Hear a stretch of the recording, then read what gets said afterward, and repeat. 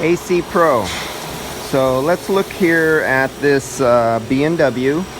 And this BMW is, what is the year on this BMW? Hell, I don't know. I forgot to take down the information on this BMW. Whatever it is, not important. But AC Pro. So according to AC Pro, I just hit the green. So just after 20 and before 30, they're in the middle, as you can see. See, I'm in 25, 26. I'm floating right there. That's at the bottom of the green. But yet, I have this vehicle. I just recharged it with 100% of its refrigerant charge right now. This just got a new evaporator. You've seen in one of my last videos from a week or two ago where I condemned the evaporator in this car.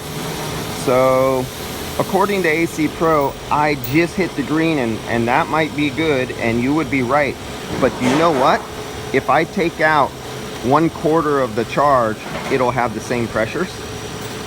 If I take out 1/2 of the charge right now, it'll almost have the same pressure at 1/2 charge, because this is a variable displacement compressor.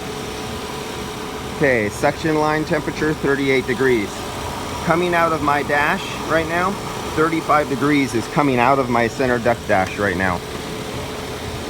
Okay, so we have another car coming into the shop where the customer just used a can of AC Pro. His car wasn't cold enough, so he went down to the auto parts store. I think they said it's on an Acura. It's coming in right now.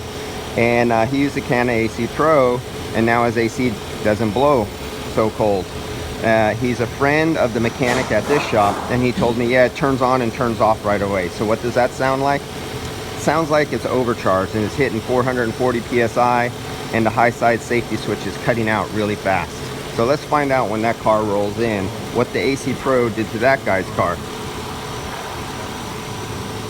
Good stuff, man.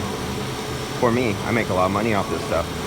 Thank you, AC Pro. Where do I send the commission checks for making me so much money by ruining customers' cars?